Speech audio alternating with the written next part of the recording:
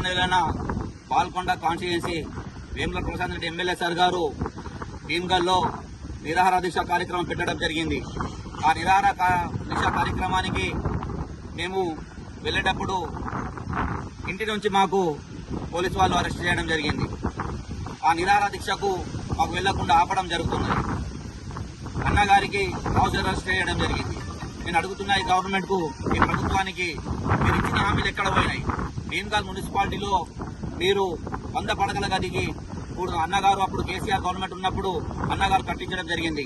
దానికి ఒక 4 కోట్లు పెడితే ఆ హాస్పిటల్ ఓపెన్ అవుతుంది. మరియు అక్కడ ఇంటిగ్రేటెడ్ మార్కెట్ శాంక్షన్ చేయడం జరిగింది. అక్కడ ఎక్కడైతే మార్కెట్ జరుగుతుండేనో రోడ్ల మీద ఉంటుండే, దానికి రోడ్ల మీదకి జరిపి ఇంటిగ్రేటెడ్ మార్కెట్ చేయడం జరిగింది.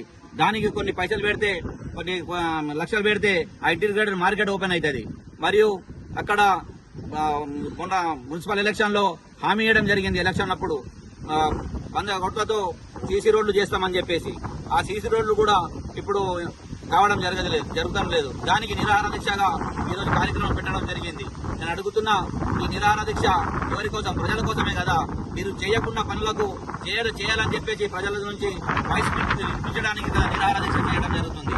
ఈ ప్రభుత్వంలో, ఈ ప్రజాస్వామ్యంలో ఈ నిరాహార దీక్ష చేసి మీ యొక్క వాయిస్ వినిపించడం తప్ప, మేము వెళ్లి అక్కడ ధర్నా చేయడం తప్ప. నేను అడుగుతున్నాను, మీరంటారు సీఎం గారు రైతులకు రక్తం చెల్లించుకుంటే పంట పండిపోతుంది అని చెప్పేసి. మీరు ఇచ్చిన హామీలు ఏమైనాయి?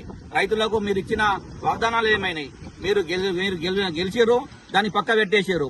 కాళేశ్వరం ప్రాజెక్టు నేను అడుగుతున్నా, ఈ రోజు ఈ ప్రజలకు ఇంత ఇబ్బంది ఉండకపోతుండే. ఒకవేళ మీరు కాళేశ్వరం ప్రాజెక్టు ఓపెన్ చేసేసి ఎస్ఆర్ఎస్పీలో నీళ్లు నింపితే ఆ కింద ఉన్న రైతులకు ఎంతో మేలు జరుగుతుండే. మీరు ఎక్కడ కేసీఆర్ పేరు వస్తుందో, ఎక్కడ పోయిన గవర్నమెంట్ కు పేరు వస్తుందో, ఎక్కడికి వెళ్ళి వాళ్ళకి పేరు రావద్దని చెప్పేసి పాత పనులు పక్క పెట్టేసి కొత్తగా హైడ్రా తీసుకొచ్చి ఇల్లు కూడడం జరుగుతుంది. ఈ రోజు ఇల్లు కట్టుకోవాలంటే, ఇంట్లో ఉండాలంటే ఎంత పరిస్థితి ఉంటుందో మీకు తెలుసు. సీఎం గారు, మీరు చేస్తున్న పని ఎంతవరకు ప్రజలు వినడం లేదు. వచ్చే ఎన్నికల్లో ఖచ్చితంగా మీకు తగిన గుణపాఠం జరుగుతుంది. మేము ఏదైతే ప్రజల కోసం వాయిస్ పెడుతున్నామో అది మీరు ఒప్పుకోవడం నిరాహార దీక్షకు మీరు కట్టుబడి చేసి మాకు ఇంట్లో అరెస్ట్ చేయడం జరుగుతుంది. ఇటువంటి పనులు మానుకోండి. ప్రజల తరఫు నుంచి మేము వచ్చి మీరు చేయని పనులకు మేము చూపించడానికి మేము ప్రయత్నం చేస్తే మా యొక్క ప్రజాస్వామ్యంలో మా వాయిస్ ఆపేస్తున్నారు. ఎంతవరకు కరెక్ట్ అని చెప్పేసి నేను అడుగుతున్నాను. దయచేసి మీరు ఇటువంటి కార్యక్రమాలు చేసి మా మీద ఒత్తిడి తీసుకురాకండి. మేము ఖచ్చితంగా ప్రజల వైపు, మీరు ఎక్కడ అరెస్టు చేసినా, ఎక్కడ మాకు పడుకోబెట్టినా, ఏం చేసినా కానీ ఖచ్చితంగా మేము నిరాహారాలు దీక్ష చేస్తాం, ధర్నాలు చేస్తాం. ఖచ్చితంగా మా యొక్క ప్రజల తరఫు నుంచి మా యొక్క వాయిస్ వినిపిస్తాం. కావాలంటే మా రక్తదారం పోసన్నా కనీసం మీకు ఖచ్చితంగా మీకు తగిన గుణపాఠం చెప్తామని కోరుకుంటున్నాను. ఇలా అరెస్ట్ చేయడం కాదు, కావాలంటే మేము పోలీస్ స్టేషన్ ముంగనే పండుకుంటాం. మాకు తీసుకుపోయి ఆడన పడేయండి, ఈయనే పండుకుంటాం. మీరు చూడు, కావాలంటే